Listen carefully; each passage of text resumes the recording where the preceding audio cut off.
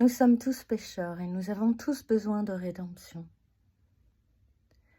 Bien sûr, il y a des gens qui ont fait du mal, beaucoup de mal. Bien sûr, dans les coupables, il y a des gens qui ont des circonstances atténuantes. Bien sûr que les gens méchants, quelque part, sont souffrants. Les coupables sont souvent aussi des victimes. Et puis, ils sont victimes d'eux-mêmes. Mais il faut aussi penser aux victimes qui ont déjà été victimes, qui sont encore victimes, qui n'ont été que victimes et qui n'ont pas fait de mal. Par exemple, je vois pas pourquoi on a reproché à Gisèle Pelicot de se promener nue dans sa salle de bain. C'est débile. Ou d'avoir fait quelquefois dans sa jeunesse du sein nu sur la plage. Ou d'être allé chercher dans toute l'histoire de sa vie si un jour elle avait trompé son mari. En fait, on ne peut pas non plus ignorer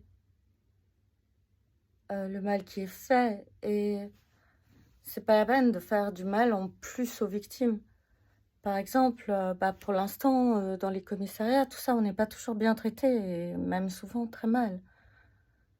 Pourquoi?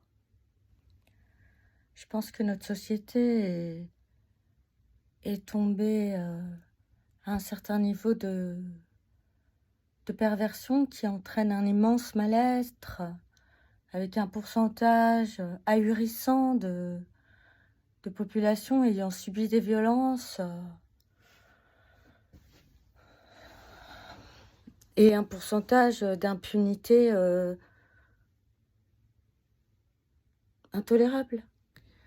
Après, il y a peut-être des choses à faire, plutôt que toujours la prison, ou etc. Il y a les bracelets électroniques, il y a peut-être d'autres solutions. On peut peut-être en parler, réfléchir, selon les cas, bien sûr. Parce que on dit qu'il n'y a pas de monstre, mais enfin, un petit peu quand même, hein. Nous, les classés sans suite, tout est classé sans suite. Mais vous vous rendez compte que les gens qui sont coupables de certaines choses, ils vont recommencer? Vous savez que, par exemple, un violeur, il viole pas qu'une fois. Vous pouvez pas continuer comme ça. La France peut pas continuer comme ça.